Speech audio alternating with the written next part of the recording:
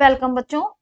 हम पढ़ रहे हैं अभ्यास कार्य पुस्तिका गणित कक्षा 8 इकाई 11 वाणिज्य गणित।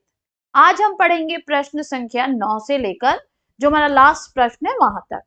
नेक्स्ट वीडियोस में बच्चों पूरे चैप्टर आपको एक ही वीडियो में मिलेंगे। यहां तक चूंकि ये चैप्टर बहुत लंबा था इसलिए थोड़ा टाइम लग गया। चलिए आगे पढ़ते हैं।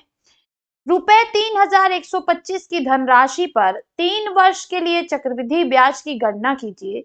यदि ब्याज की दर 3 वर्षों के लिए क्रमशः 4%, 5% और 6% प्रति वर्ष है। तो बच्चों यहाँ पर अगर आपको साफ नहीं दिख रहा हो तो मैं फिर से लिख दे रही हूँ। देखिए ए बराबर हमें पता है जब 3 वर्षों का दिया है तो P ब्रैकेट में 1+R1/100 ब्रैकेट में 1+R2/100 इंटू 1+R3/100। अब यहां पर हम सबकी वैल्यू पुट ऑन कर देंगे बच्चों। देखिए 3125 हो जाएगा हमारा P, यहाँ पे हो जाएगा हमारा 1 प्लस पहला है 4 तो 4/100, दूसरा हो जाएगा हमारा 1+5/100, नेक्स्ट हो जाएगा 1+6/100। अब हम इसको आगे सॉल्व करेंगे तो देखिए ये हो जाएगा 3125 गुणे 104/100 गुणे 105/100 गुणे 106/100। इन सबको हम काट देंगे बच्चों तो देखिए यहाँ हमारा आ जाएगा 3125 गुणे 26/25 गुणे 21/20 गुणे 53/50। आंसर क्या आ जाएगा हमारा 3617.25। तो चक्रवृद्धि ब्याज हो जाएगा बच्चों ए माइनस पी यानी 3617.25 माइनस 3125। यहाँ पर आप माइनस का चिन्ह लगा लेंगे 3125। आंसर हमारा क्या आ जाएगा बच्चों 492.25 492.25। प्रश्न संख्या 10। एक व्यक्ति के द्वारा चक्रवृद्धि ब्याज पर निवेशित धनराशि 4 वर्षों में दुगनी हो जाती है। यदि ब्याज वार्षिक देय हो तो कितने वर्षों में यही धनराशि 8 गुनी हो जाएगी। तो यहाँ पे बच्चों में दिया हुआ है कि अगर हमारा Px है तो A कितना हो गया 2x। तो देखिए A बराबर P1+R/100 to the power n, तो यहाँ हो जाएगा 2x is equal to x 1+R/100 to the power 4, क्योंकि यहाँ पे कितना दिया था 4 वर्ष। तो 2 बराबर हो जाएगा हमारा, देखिए यहाँ x से x जो है ये कट जाएगा बच्चों और ये हो जाएगा हमारा 2 बराबर 1+R/100 टू द पावर 4 और ये हमारा हो गया समीकरण 1। दूसरे समीकरण में हमसे कह रहा है कि 8x हो जाए तो 8x is equal to x 1+R/100 to the power t। तो यहाँ पे हम लिख सकते हैं, अब यहाँ पे भी देखिए आपका x से x कैंसिल हो जाएगा, यहाँ पे आ जाएगा 2 पे घात 3 बराबर 1+R/100 to the power t। और हमें यहां से देखिए मिला हुआ है कि 2 की वैल्यू क्या है 1+R/100 टू द पावर 4। तो यही वैल्यू हम यहाँ रख देंगे बच्चों, तो ये हो जाएगा 1+R/100 to the power 4 whole bracket to the power 3 1+R/100 to the power t। इसका मल्टीप्लाई करेंगे तो ये हो जाएगा 1+R/100 टू द पावर 12 और यहाँ भी 1+R/100 to the power t। तो यहाँ से हमें पता चल गया कि t कितना है 12 वर्ष। कितना है बच्चों 12 वर्ष। चलिए आगे बढ़ते हैं। नेक्स्ट क्वेश्चन हमसे कह रहा है कि 11वां प्रश्न, एक व्यक्ति 2 लाख की लागत से कपड़े की दुकान खोलता है। प्रथम वर्ष के उपरांत उसे 74% वार्षिक दर से घाटा होता है, जबकि दूसरे वर्ष उसे 5% वार्षिक दर से लाभ होता है, जो तीसरे वर्ष बढ़कर 10% हो जाता है। इन वर्षों में उस व्यक्ति द्वारा अर्जित किया गया शुद्ध लाभ कितना होगा। तो बच्चों यहाँ पे मुझे लगता है कि अगर लाभ दिया होना चाहिए तो ये जो प्रतिशत है ये 4% होना चाहिए। तो अब चूंकि 74 दिया है तो हम इसी से सॉल्व करेंगे। 2 लाख ब्रैकेट में 1-74/100 नेक्स्ट 1+5/100 नेक्स्ट 1 प्लस 10/100, इसको हम सॉल्व करेंगे तो देखिए यहाँ पे आ जाएगा हमारा 2 लाख गुणे 26/100 गुणे 105/100 गुणे 110/100। सॉल्व करेंगे 2 गुणे 26 गुणे 105 गुणे 11, आंसर आ जाएगा हमारा 60,060। अब लाभ या हानि क्या होती है बच्चों, a माइनस पी, तो यहाँ पे हमने 60,060 में से 2 लाख घटाएंगे तो हमारा आएगा माइनस 1,39,940। अब चूंकि माइनस में आया है तो ये क्या है, हानि। तो हानि देखिए कितनी हो गई, 1,39,940 रुपए की हानि हो गई। चलिए नेक्स्ट क्वेश्चन देखते हैं। प्रश्न संख्या 12, वर्ष 2011 की जनगणना में किसी गांव की कुल जनसंख्या 15,000 है। वर्ष 2011 के पश्चात अगले 6 वर्षों तक जनसंख्या में 5% की वृद्धि दर से वृद्धि होती है। तत्पश्चात अगले 4 वर्षों तक 2% की दर से कमी होती है। 2021 की जनगणना में गांव की कुल आबादी कितनी दर्ज की गई, तो इसको भी हम इसी फॉर्मूले से लगाएंगे बच्चों। देखिए a बराबर हो जाएगा 15,000 ब्रैकेट में 1 प्लस 5/100⁶, क्योंकि 6 वर्षों तक बढ़ी। नेक्स्ट ब्रैकेट में 1 माइनस 2/100⁴, क्योंकि 4 वर्षों तक 2% की दर से घटी। तो 15,000 गुणे 105/100 पे 6 और गुणे 98/100 पे 4, इसको हम सॉल्व करेंगे तो हमारा आ जाएगा 18,540.93। इसको हम एग्रीगेट कर लेंगे क्योंकि ये जनसंख्या है, 18,541। तो 2021 में गांव की आबादी कितनी है, 18,541। कितनी है बच्चों, 18,541। नेक्स्ट क्वेश्चन देखते हैं बच्चों। एक व्यक्ति 10,000 12% वार्षिक दर से चक्रवृद्धि ब्याज पर ऋण लेता है। ब्याज प्रति छमाही पर देना है। प्रति 6 माह पर वह 3600 चुका देता है। तो 18 माह पश्चात उसके ऋण की आखिरी किस्त ज्ञात कीजिए जिसको देने से वह ऋण मुक्त हो जाए। तो देखिए बच्चों 3 छमाही हो रही है तो हम तीनों छमाहियों का इसमें अलग अलग निकालेंगे। तो ये हमारा फर्स्ट छमाही का हो जाएगा। तो ये क्या हो जाएगा बच्चों, देखिए 10,000 गुणे 1 प्लस 6/100, ये हो जाएगा हमारा 10,000 गुणे 106/100। आंसर क्या आ जाएगा, 10,600। अब 10,600 में से 3600 घट जाएगा क्योंकि उसने हर छमाही पे 3600 चुका दिया। कितना बचा बच्चों, 7,000। तो अगले वर्ष के लिए हमारा जो A2 हो जाएगा वो कितना हो जाएगा, 7,000। तो 7,000 गुणे 106/100, क्यों, क्योंकि दर वही है तो ये 106 ही आएगा।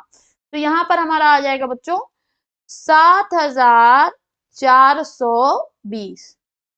अब हम घटा देंगे 7,420 में से 3600 घटा देंगे, 3,820। कितना आ गया बच्चों, 3,820। अब अगले वर्ष छमाही के लिए हमारा हो जाएगा 3,820 गुणे 106/100। आंसर क्या आ जाएगा बच्चों, हमारा आंसर आ जाएगा 4,049.20। तो आखिरी किस्त कितनी हो जाएगी इसकी,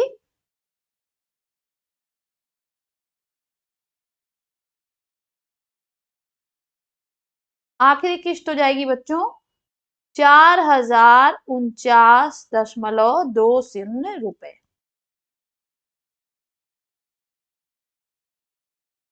नेक्स्ट बच्चों कह रहा है कि एक रेफ्रिजरेटर का मूल्य खरीद के प्रथम वर्ष के अंत में रुपए 1,440 और द्वितीय वर्ष के अंत में रुपए 1,296 घट जाता है। तो गणना कीजिए अवमूल्यन की वार्षिक दरों की, रेफ्रिजरेटर का वास्तविक मूल्य और तृतीय वर्ष के अंत में रेफ्रिजरेटर का मूल्य। तो इसकी हमें गणना करनी है बच्चों। तो देखिए इसको कैसे करेंगे हम। प्रथम वर्ष में 1,440 बटा 1,440 गुणे 100 यानी 100%, ठीक है, 100% है ये। द्वितीय वर्ष में कितना हो जाता है बच्चों, देखिए 1,296 बटा 1,440 गुणे 100, तो ये हो जाएगा 90%, यानी कितना घट रहा है, 10%। तो अवमूल्यन की दर कितनी हो गई, 10%। इसको बच्चों हमने ऐकिक मूल्य के हिसाब से निकाला है। दूसरा हमारा हो गया सेकंड पार्ट, देखिए वास्तविक मूल्य बराबर होता है वर्तमान मूल्य बटा 1 माइनस अवमूल्यन की दर पे घात समय। इसको हम रख देंगे 1,440 1 माइनस 0.1 पे घात 2। अब देखिए 0.1 कहां से आया, मैं आपको समझा दूं।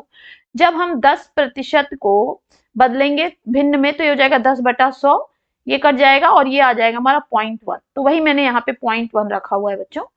चलिए आगे देखिए, तो ये हो जाएगा 1440 बटा 0.9 पे घात 2 रुपए 1780। फिर हमसे कह रहा है तृतीय वर्ष के अंत में मूल्य, तो a बराबर p 1 minus R upon 100 to the power n। तो इसका वास्तविक मूल्य क्या था 1780, 1 minus 10 to the power 100 into to the power 3। 1780 90/100 पे घात 3, इसको हम हल करेंगे तो आ जाएगा 1780.9 पे घात 3। हल करेंगे आ जाएगा बच्चों रुपए 1458.24। अब कम क्यों है, क्योंकि हर वर्ष 10% का अवमूल्यन हो रहा है। नेक्स्ट क्वेश्चन कह रहा है बच्चों, प्रश्न 15, किसी धनराशि के लिए 3 वर्षों का साधारण ब्याज और 2 वर्षों का चक्रवृद्धि ब्याज समान है। वार्षिक दर पर क्रमशः 2400 और 1664 है। तो ज्ञात कीजिए ब्याज की वार्षिक दर, मूलधन, 3 वर्षों के साधारण ब्याज और चक्रवृद्धि ब्याज का अंतर। तो देखिए बच्चों, पहले हम निकालेंगे ब्याज की दर। तो 1 वर्ष का साधारण ब्याज क्या हो जाएगा 2400 बटा 3 यानी 800 रुपए। कैसे आया देखिए, 3 वर्षों का इन्होंने दिया था, साधारण ब्याज कितना है 2400, तो 1 वर्ष का साधारण ब्याज 800 आ गया। इसी तरह से 2 वर्ष का सीआई यानी आपका चक्रवृद्धि ब्याज कितना है 1664। तो हम इसको लिख सकते हैं कि या तो 800 प्लस 800 प्लस 64। क्यों, ध्यान देंगे, पहले वर्ष का साधारण ब्याज कितना है 800, दूसरे वर्ष का भी साधारण ब्याज कितना होना चाहिए 800। जो एक्स्ट्रा मिल रहा है वही चक्रवृद्धि ब्याज है, तो एक्स्ट्रा हमें कितना मिल रहा है 64, तो एक्स्ट्रा रुपए हमें कितने मिले 64। तो दर हम यहां से निकाल सकते हैं, तो दर बराबर हो जाएगा 64 बटा 800 गुणे 100। तो हमारा आंसर आ जाएगा बच्चों 8%। क्या आंसर आ जाएगा 8%। पहला क्वेश्चन का आंसर मिल गया। अब हम देखिए यहाँ पे लिख सकते हैं 8%, यदि 800 है तो 100% कितना होगा 800 बटा 8 गुणे 100 यानी 10,000। तो यहां से हमें पता चल गया कि मूलधन कितना है 10,000। अब 3 वर्ष के हमें चक्रवृद्धि ब्याज में और साधारण ब्याज में अंतर है, तो पहले हम 3 वर्ष का चक्रवृद्धि ब्याज निकालेंगे। तो 3 वर्ष के चक्रवृद्धि ब्याज के लिए देखिए 10,000 गुणे 1 प्लस 8/100 टू द पावर 3, तो ये हो जाएगा 10,000 गुणे 108/100 गुणे 108/100 गुणे 108/100। आंसर आ जाएगा 12,597.12 रुपए। अब हम घटा देंगे, देखिए 12,597.12 से 10,000, तो ब्याज कितना मिला हमें चक्रवृद्धि ब्याज 2,597.12। अब अंतर निकालने के लिए हम घटा देंगे, तो ये आ जाएगा हमारा 197.12 रुपए का अंतर आ रहा है बच्चों। नेक्स्ट क्वेश्चन कह रहा है हमसे कि 32,000 की धनराशि पर 2 वर्षों के साधारण ब्याज और चक्रवृद्धि ब्याज का अंतर 80 रुपए है। यदि ब्याज की गणना की दर समान हो तो ज्ञात कीजिए ब्याज गणना की दर और द्वितीय वर्ष में अर्जित किया गया चक्रवृद्धि ब्याज। तो यहाँ पे देखिए P प्लस ब्याज बराबर, यहाँ पे इन्होंने दिया P 1 plus R upon 100 to the power n, यानी साधारण ब्याज और चक्रवृद्धि ब्याज बराबर है,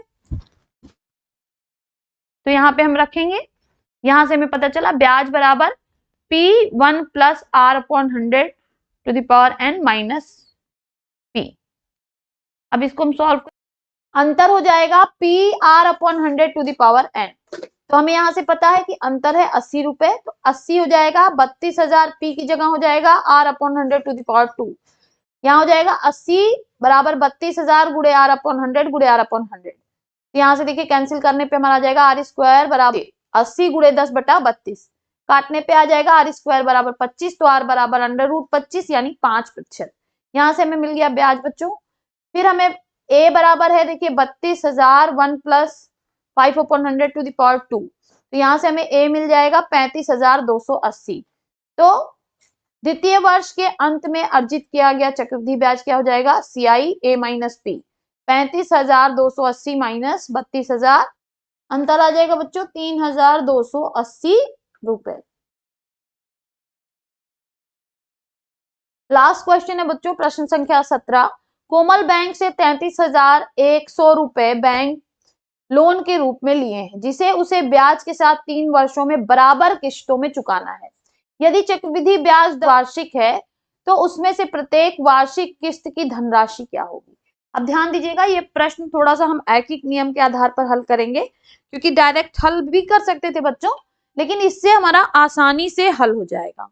तो देखिए हम इसको लिख सकते हैं 10% बराबर 1/10। तो यदि 10 है 1 साल के लिए 10% वार्षिक ब्याज की दर से, तो इसका जो बच्चों बनेगा वो कितना बनेगा, 11 रुपए, क्योंकि 10 का 10% कितना है 1, यानी 10 रुपए पे हमें कितना मिलेगा, 11 रुपए। अगर उसने 100 रुपए दिए तो 2 साल में कितना मिलेगा, 121 रुपए, 11 गुणे 11। इसी तरह अगर 1000 जमा किया तो 3 साल में कितने मिलेंगे, 1331। अब हम देख रहे हैं कि यहाँ जो हमारा पैसा है बच्चों, ये इसके गुणज के रूप में है, ठीक है। तो इसी को हमको चेंज करना है। देखिए अब तीनों साल की किस्त को बराबर करने के लिए हमने क्या किया, यहाँ पे आप गुणा कर दीजिए 121 गुणे 10, तो ये हो जाएगा हमारा, और इधर कर दीजिए 11 गुणे 121। उसी तरह यहाँ पे हम करेंगे 11 गुणे 100, और यहाँ पे हो जाएगा 121 गुणे 11, यानी दोनों तरफ हमने गुणा किया, यहाँ पे 121 का, यहाँ पे 121 का, और यहाँ पर हमने किया 11 का, और यहाँ पे 11 का। तो 1000 बराबर हमारा 1331 है। तो अब ध्यान देंगे कि अब यहाँ पे भी हमारा आ जाएगा बराबर करने पे 1331, यहाँ पे भी आ गया 1331, और यहाँ पे भी है 1331। तो हर जगह हमारा 1331 आ गया, तो हमारी तीनों किस्तें बराबर हो गई। अब हम क्या करेंगे, इधर वाले को जोड़ देंगे। तो इनको जोड़ लीजिए, तो देखिए कितना आएगा, 1210 प्लस 1100 प्लस 1000, इधर ये 3 किस्त हो गई, तो 1331 गुणे 3, यानी आ गई 3993 रुपए। तो यदि 3310 रुपए हैं उसने लिए हैं, तो उसकी जो किस्त बन रही है वो 3993 रुपए बन रही है। प्रश्न के अनुसार हमें कितना देना है, 33,100 रुपए। तो आप इसमें इधर 10 का गुणा कर दीजिए, इधर 10 का गुणा कर दीजिए, तो इधर हो जाएगा 39,930 रुपए। तो हमारी वार्षिक किस्त कितने की आई बच्चों, 39,930 रुपए की। यहाँ पे बच्चों हमारा ये चैप्टर समाप्त हुआ। फिर मिलेंगे नेक्स्ट वीडियो में एक और चैप्टर के साथ। तब तक के लिए पढ़ते रहिए, आगे बढ़ते रहिए। बाय बाय बच्चों।